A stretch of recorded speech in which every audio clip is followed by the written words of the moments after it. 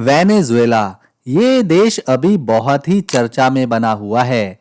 इसके पीछे की वजह है कि अमेरिका ने इस देश पर एक बड़ा सैन्य हमला किया है और इस हमले में वेनेजुएला के राष्ट्रपति मादुरो और उनकी पत्नी को गिरफ्तार करके अमेरिका ले जाया गया है। इस हमले पर और मादुरो के साथ उनकी पत्नी की गिरफ्तारी पर रूस और चीन ने अमेरिका की काफी निंदा करी है।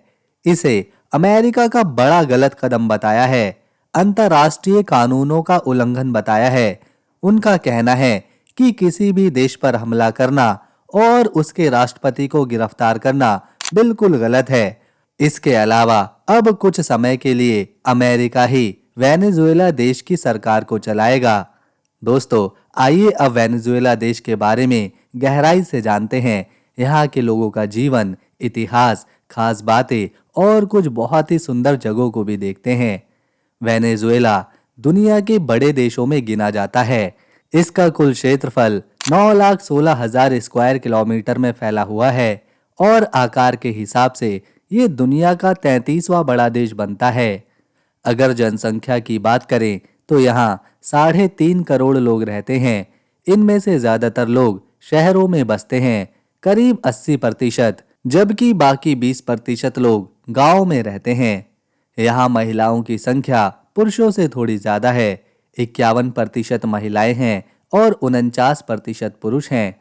धर्म की बात करें तो यहाँ सबसे ज्यादा लोग ईसाई धर्म को मानते हैं। 89% आबादी ईसाई है। 10% लोग ऐसे हैं जो किसी भी धर्म को नहीं मानते और बाकी 1% में दूसरे धर्मों के लोग रहते हैं। वेनेजुएला की राजधानी है कैराकस, जो कि देश का सबसे बड़ा शहर भी है। ये शहर चारों तरफ से पहाड़ों से घिरा हुआ है, जिसकी वजह से ये देखने में काफी खूबसूरत लगता है। यहीं से देश की राजनीति चलती है और यहीं पर प्रशासन का केंद्र है। लेकिन जब आप इस शहर को ध्यान से देखेंगे तो ऐसा लगेगा जैसे समय यहीं पर रुक गया हो। सड़कों पर चलने वाली गाड़ियां, बसें, मोटरसाइकिलें ज्यादातर बहुत ही पुरानी हैं। इमारतें भी सालों पुरानी दिखाई देती हैं। नए जमाने की चमक धमक यहाँ बहुत ही कम देखने को मिलती है। हैरानी की बात यह है कि आज से 40-50 साल पहले यही कैराकस दुनिया के सबसे महंगे शहरों में गिना जाता था, रहने और काम करने दोनों के लिहाज से। एक समय था जब दुनिया वेनेजुएला को ज्यादा जानती भी नहीं थी, लेकिन जब यहाँ बड़े तेल के भंडार मिले तो मानो सब कुछ बदल ही गया। उसी दौर में यहाँ पर ये इमारतें बनी, सड़कें बनी, लोगों ने हजारों की मात्रा में गाड़ियां खरीदी, मोटरसाइकिलें खरीदी। यहाँ के लोग मानो किसी अमीर शहजादों की तरह अपनी जिंदगी बिता रहे थे। उस समय ये लैटिन अमेरिका के सबसे अमीर देशों में से एक था। और आपको जानकर हैरानी होगी कि अमेरिका, जिसने इस देश पर हमला किया है, ऐसा पहली बार नहीं है। अमेरिका इससे पहले भी लैटिन अमेरिका और साउथ अमेरिका के कई देशों पर हमला कर चुका है। और इस बार तो अमेरिका ने वेनेजुएला पर ना सिर्फ हमला ही किया, बल्कि उसके राष्ट्रपति और उनकी पत्नी को भी गिरफ्तार करके अपने साथ अमेरिका ले गए। हमले से पहले कई सालों तक अमेरिका ने वेनेजुएला पर कई तरह के सैंक्शन लगा कर रखे थे, जिससे वेनेजुएला दूसरे देशों के साथ व्यापार नहीं कर पा रहा था। और इसी वजह से धीरे धीरे देश की अर्थव्यवस्था नीचे आने लगी और ये दुनिया के गरीब देशों में आ गया। यहाँ की करेंसी को वेनेजुएलियन बॉलीवर कहा जाता है। ये इतनी ज्यादा कमजोर हो चुकी है कि इसकी कीमत सुनकर कोई भी चौंक जाएगा। भारत के केवल 1,000 रुपए यहाँ लाखों में बदल जाते हैं।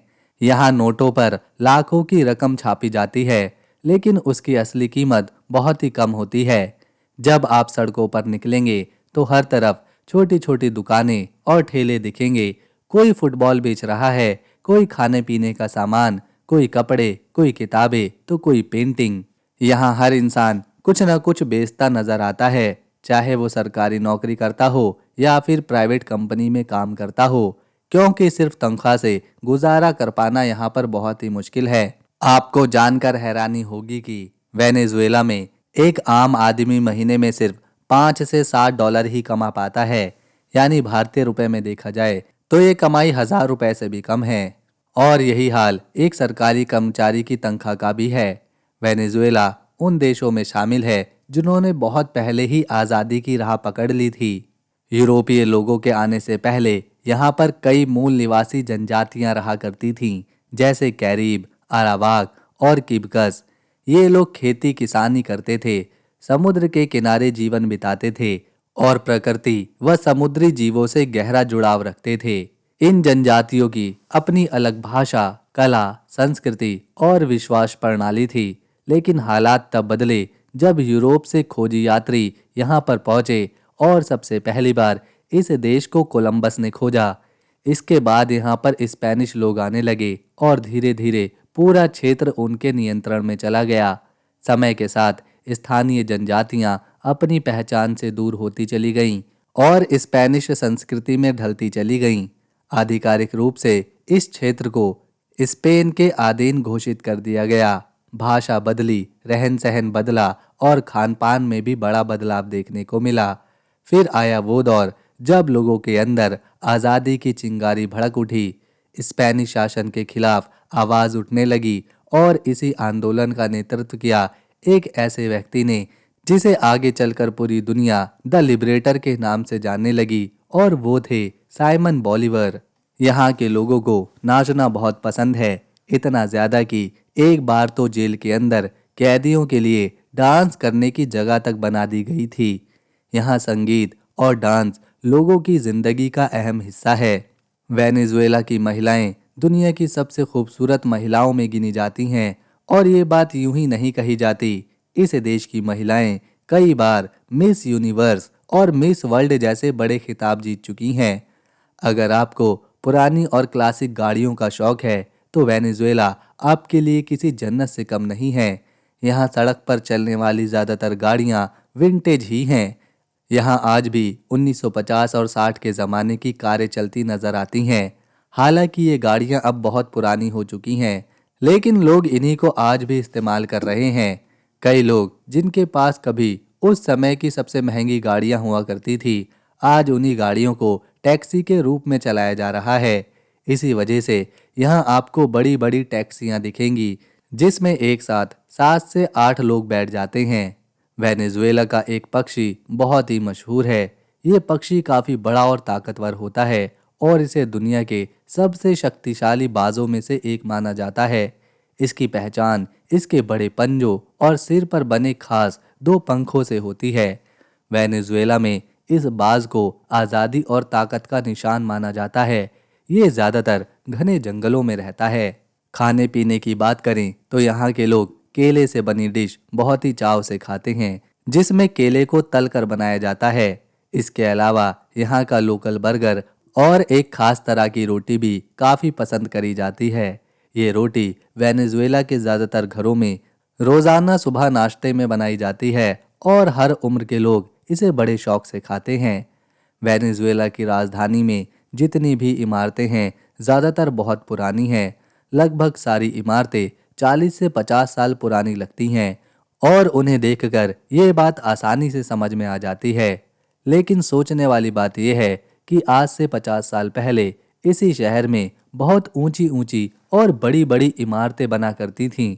उस समय इतनी बड़ी बिल्डिंग्स दूसरे शहरों में देखना मुश्किल थीं। एक समय था ये शहर बहुत अमीर हुआ करता था, लेकिन आज हालात पूरी तरह से बदल चुके हैं।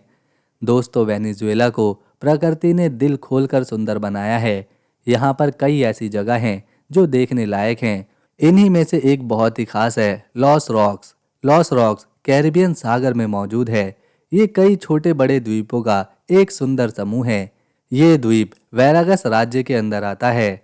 यहाँ की चमकती सफ़ेद रेत, साफ नीला पानी और चारों तरफ फैली प्राकृतिक सुंदरता इस जगह को और भी आकर्षक बना देती है। जिन लोगों को पानी के अंदर की दुनिया देखना पसंद है, जैसे डाइविंग या स्नॉर्कलिंग, वो यहाँ पर ज़रूर आना चाहते हैं। लॉस रॉक्स में 50 से भी ज़्यादा छोटे बड़े द्वीप और चट्टानें हैं। ये जगह वेनेजुएला की ज़मीन से काफ़ी दूर समंदर में मौजूद है। शहर की भीड़, शोर और भागदौड़ से दूर ये जगह एक अलग ही सुकून देती है। अगर इसे ऊपर से देखा जाए तो नज़ारा और भी खूबसूरत लगता है। चारों तरफ नीला पानी, बीच बीच में छोटे द्वीप जहाँ पर हरियाली है, छोटे कैफे हैं और रेस्टोरेंट्स हैं। एक पल को तो लगता ही नहीं कि हम वेनेजुएला में हैं। लेकिन सच यही है कि ये देश की सबसे छुपी हुई और खास घूमने वाली जगहों में से एक है। वेनेजुएला की एक और बहुत ही सुंदर जगह है ग्रैंड सबाना। ये देश के दक्षिणी पूर्वी हिस्से में मौजूद है और बॉलीवर राज्य में आती है। ये इलाका दूर दूर तक फैले हरे भरे मैदानों, ऊंचे ऊंचे पहाड़ों और खूबसूरत झरनों के लिए जाना जाता है। अमेज़न जंगल भी यहाँ से बहुत दूर नहीं है। ग्रैंड सबाना का इलाका बहुत बड़े क्षेत्र में फैला हुआ है। यहाँ आने वाले पर्यटकों को सबसे ज़्यादा जो चीज़ पसंद आती है वो है यहाँ के शानदार झरने, जो इस जगह को और भी खास बना देते हैं। तो दोस्तों, ये था वेनेजुएला का सफ़र। अगर आपको हमारी मेहनत, इन्फॉर्मेशन और जानकारी पसंद आई तो इसे एक लाइक दे, शेयर करें और चैनल को सब्सक्राइब कर बेल आइकन ज़रूर दबाएं ताकि आने वाली नई वीडियो मिस ना हो। हम मिलेंगे नेक्स्ट वीडियो में। तब तक के लिए नमस्कार, अपना ख्याल रखें।